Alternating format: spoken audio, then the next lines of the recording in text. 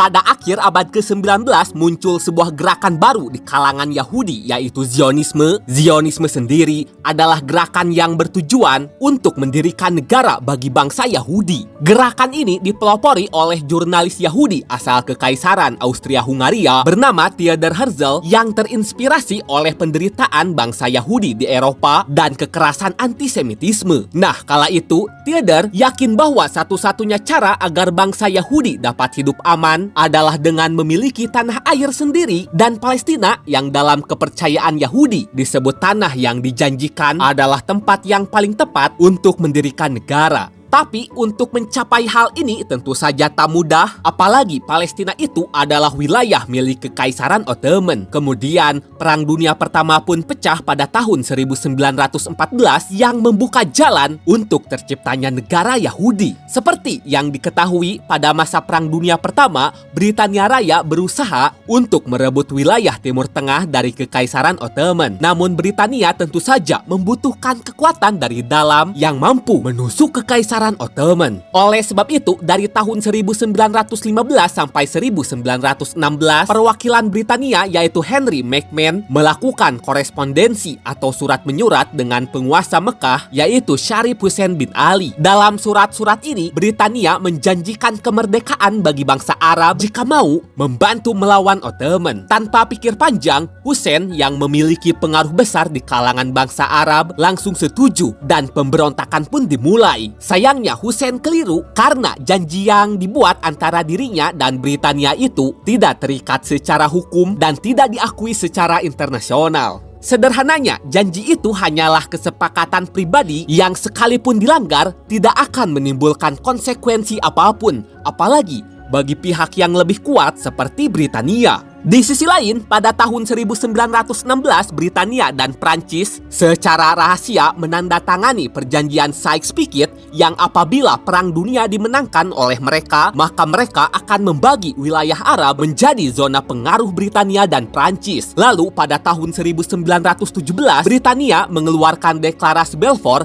yaitu sebuah pernyataan resmi yang mendukung pendirian tempat bagi bangsa Yahudi di Palestina selama tidak mengganggu bangsa Arab Palestina. Deklarasi ini tampak sederhana, namun bangsa Arab merasa dikhianati, sedangkan Yahudi sangat senang karena secara tidak langsung didukung oleh kekuatan besar. Meski begitu, sama seperti janji Britania pada bangsa Arab, deklarasi ini juga tidak diakui secara internasional dan lemah secara hukum. Akan tetapi, dampak politiknya itu sangatlah besar dan menjadi akar pertentangan yang sangat panjang antara bangsa Arab dan Yahudi. Singkat cerita, pada tahun 1918, Perang Dunia Pertama dimenangkan oleh Britania dan kawan-kawannya. Lalu pada tahun 1920, Britania memperoleh mandat atas Palestina dari Liga Bangsa-Bangsa. Tugas resminya adalah untuk mempersiapkan Palestina agar siap merdeka dari segala sisi. Tetapi faktanya, Britania itu tidak menjalankan tugasnya dengan benar. Bisa dibilang, kebijakan yang dibuatnya justru malah menanam benih konflik. Yang salah satu kebijakannya adalah mengizinkan imigrasi Yahudi besar-besaran ke wilayah Palestina. Bayangkan saja, pada dekade 1920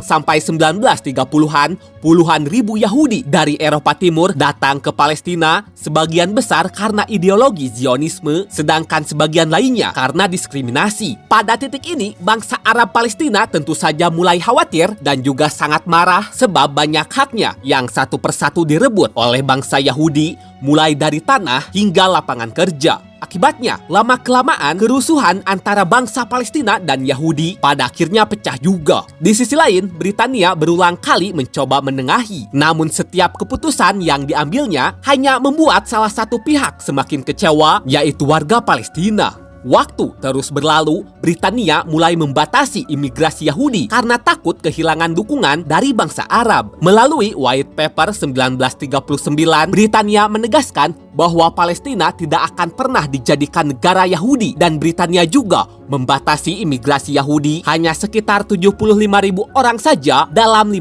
tahun. Kebijakan yang muncul pada masa Perang Dunia Kedua ini tentu berhasil membuat marah komunitas Yahudi yang tersebar di seluruh penjuru dunia. Karena pada masa ini, jutaan orang Yahudi sedang diincar oleh Jerman. Singkat cerita, ketika Perang Dunia Kedua berakhir pada tahun 1945, kurang lebih 6 juta orang Yahudi Yahudi lenyap di tangan Jerman dalam peristiwa yang dikenal sebagai Holocaust. Tragedi ini pun membuat banyak orang-orang penting dan berpengaruh di dunia mulai meningkatkan dukungan terhadap gagasan dibentuknya negara Yahudi. Di tengah banyaknya dukungan ini, pasukan-pasukan militer rahasia Yahudi seperti Haganah dan Irgun mulai menyerang pasukan Britania karena tidak mau memberikan kemerdekaan bagi kaum Yahudi. Di sisi lain, bangsa Arab Palestina juga menolak keras gagasan pembentukan negara Yahudi. Lama-kelamaan, Britania yang tak bisa memilih antara bangsa Arab dan Yahudi memutuskan untuk menyerahkan masalah Palestina kepada Perserikatan Bangsa-Bangsa atau PBB tepat pada tahun 1947.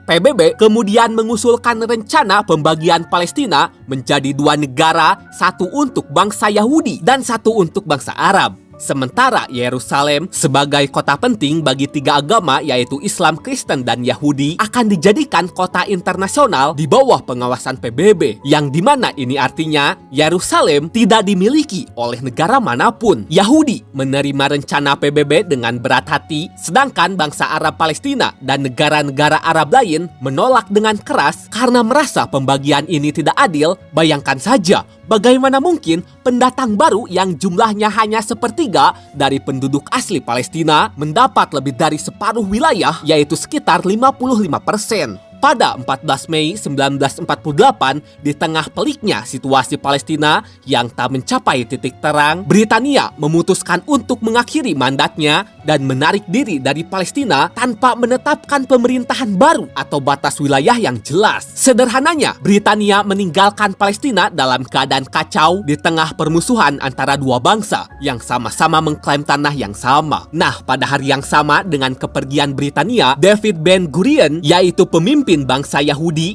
mendeklarasikan berdirinya negara Israel di Tel Aviv. Dalam hitungan jam, Amerika Serikat dan Uni Soviet yang merupakan 2 negara terkuat di dunia kala itu langsung mengakui Israel. Meski banyak pula yang menentang berdirinya Israel, dukungan dari 2 kekuatan besar dunia ini sudah sangat cukup untuk membuat Israel punya pijakan di kancah dunia. Terlepas dari itu semua, pada 15 Mei, 5 negara Arab yang tak terima yaitu Mesir, Yordania, Suriah, Lebanon, dan Irak langsung menyerang Israel dari segala sisi. Namun siapa yang akan menyangka perang yang berakhir pada tahun 1949 ini dimenangkan oleh Israel. Selain menang, Israel turut memperluas wilayahnya dan bangsa Arab Palestina menjadi korbannya karena bagaimanapun wilayah mereka diambil oleh Israel. Tak hanya itu saja, setelah perang ini Israel diakui oleh banyak negara sebagai negara merdeka, bahkan PBB secara resmi menerima Israel sebagai anggota.